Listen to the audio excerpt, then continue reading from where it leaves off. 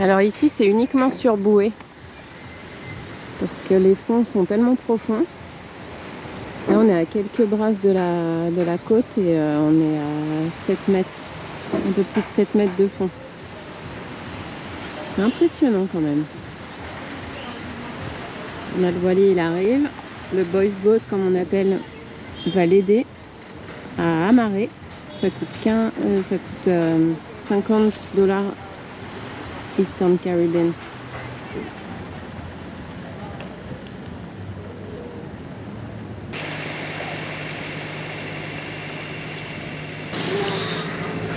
Marie, tu veux voir l'énorme paquebot?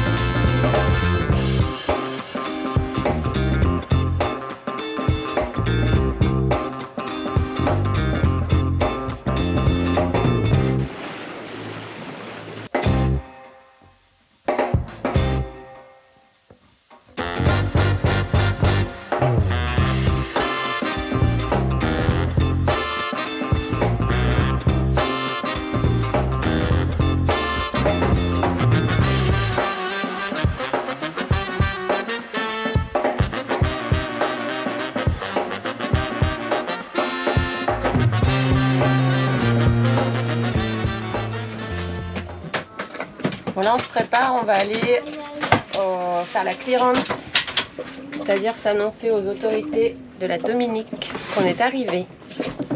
Alors on ferme le bateau, on a préparé l'annexe, les petits ont mis des habits, ce qui est rare.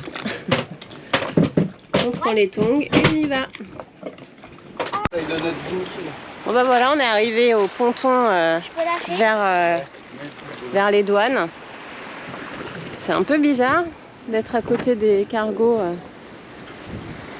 Et ça a l'air d'être par ici, on va aller voir. Voilà le bureau des douanes. Alors on attend que l'officier arrive. Il doit arriver dans un petit quart d'heure. Donc en fait pour aller aux douanes, il faut aller tout au bout du chemin. Et puis c'est la petite maison qui est là-bas. Tac. When you leave London? We're going to Guadeloupe or to Marie-Galante? Guadeloupe or Ireland? Marie-Galante.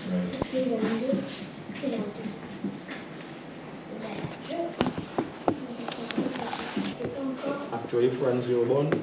Yeah. Not in Martinique or... No, no. France mainland. Because you're old, France mainland. Okay. Yeah, yeah.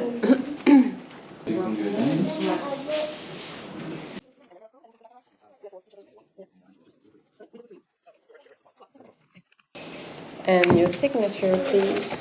Yes. La date? La date, c'est bon? Tu signes pas là, hein? Non. Là.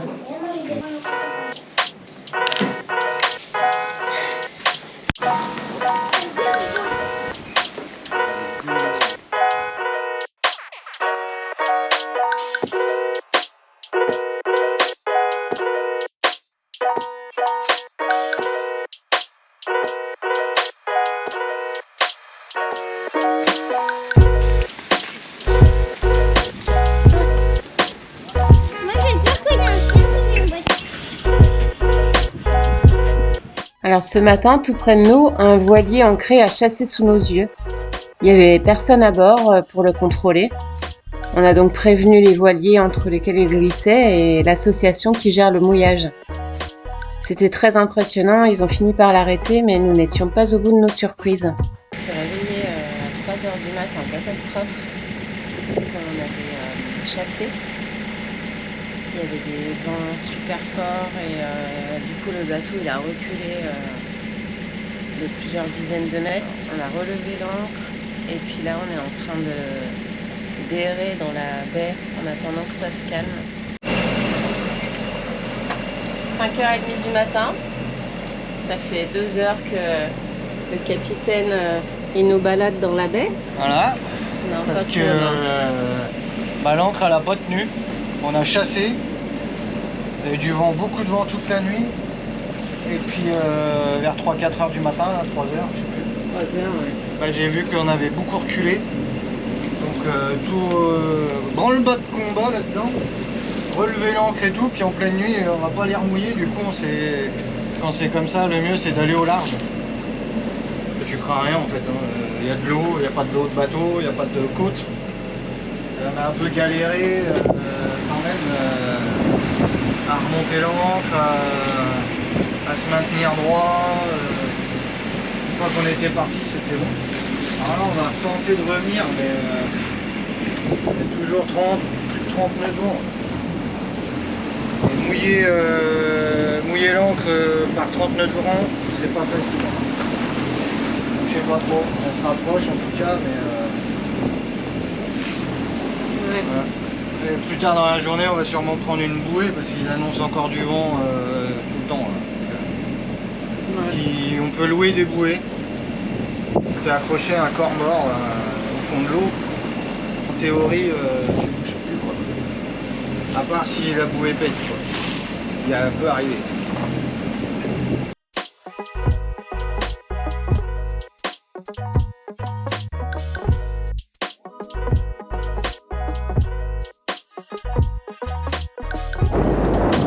Bon, du coup, Kelvin il nous a donné une bouée, un corps mort, comme on avait prévu. Il a fallu lui filer $30 40. ici.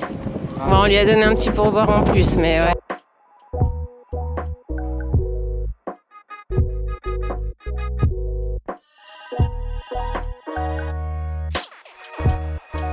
Donc maintenant, bah, je vais aller me coucher.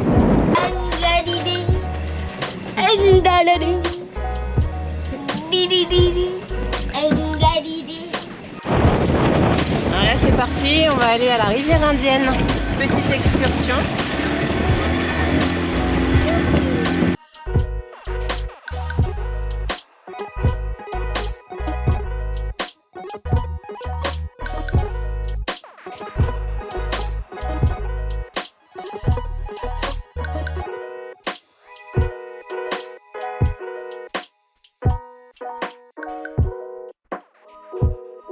Donc là, il y a tous les boys boats qui se préparent à aller chercher les touristes qui vont faire comme nous. Donc c'est une excursion de 2 heures dans la rivière. On va aller voir ça.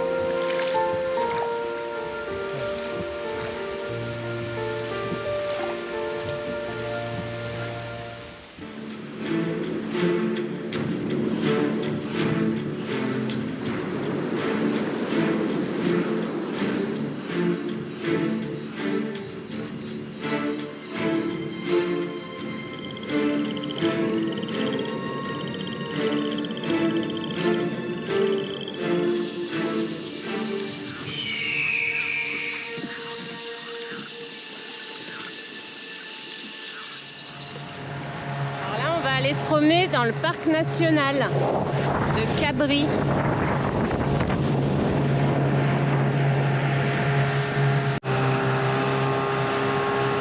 fait super beau aujourd'hui.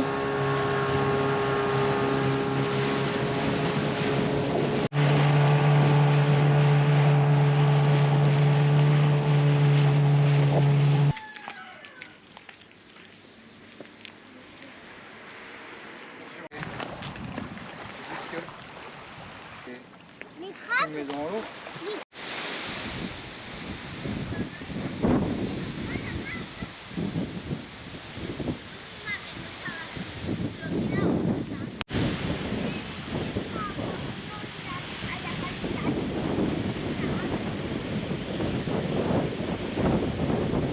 Et les gens armés.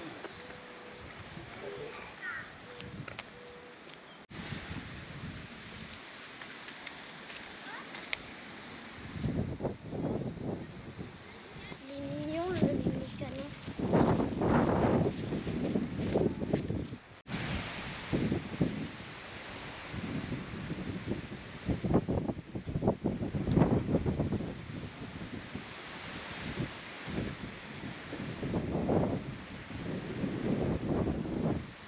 Poutou. J'en ai de la chance.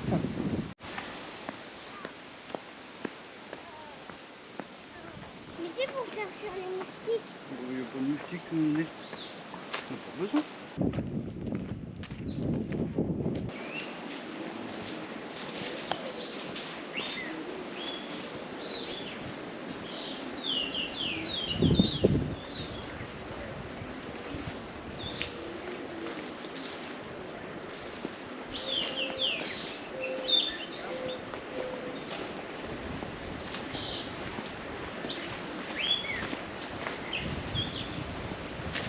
Il faut toujours faire un câlin aux arbres.